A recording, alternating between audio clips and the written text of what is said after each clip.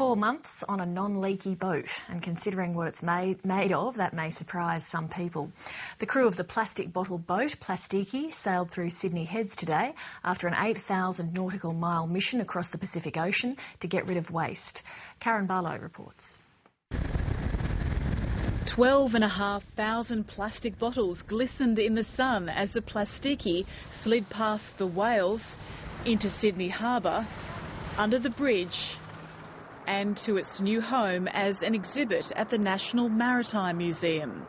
Adventurer and banking heir David de Rothschild and his 6 crew members have brought an end to a 4-month voyage and a 4-year dream. It began in San Francisco, a project to create a clever catamaran out of plastic bottles to attack what Mr de Rothschild calls a dumb problem. We've got this crazy problem with plastic in our ocean that is not abating. We've got this addiction to single-use plastics. The Earth's oceans are large and so is the problem.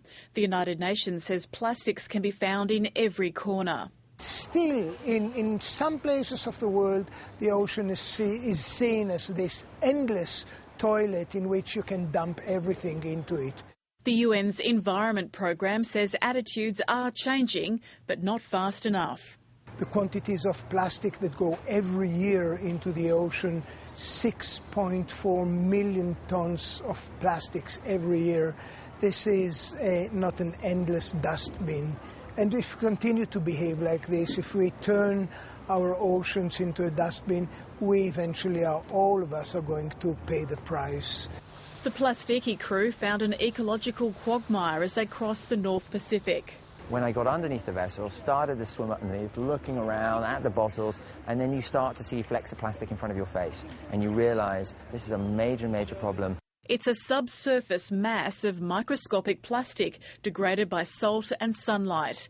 At least 5 continent-sized layers of sludge exist on the planet. It's reinforced the fact that we're all sea creatures and that our life is dependent on the health of the oceans, and it's really made me feel very empowered, and I want to hit the ground running into the next mission to continue to talk about the oceans through adventure.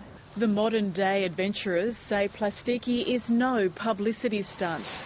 They say people need to recycle more, rethink waste as a resource and start an outright ban on single-use plastic items. Right now, to the politicians who are standing there trying to win our vote or win the vote, think about the environment. That is going to be really the most important thing that we have. You've been keeping a little eye on the Australian election? I have. I've been keeping a little eye on it, and I'm going to stay out of it. I think that's probably the wise move. What I will say, though, is we've got to move past the short-term populist vote. We have to start creating legislation that actually is protecting ourselves, future generations, and allowing us to reintegrate into the web of life.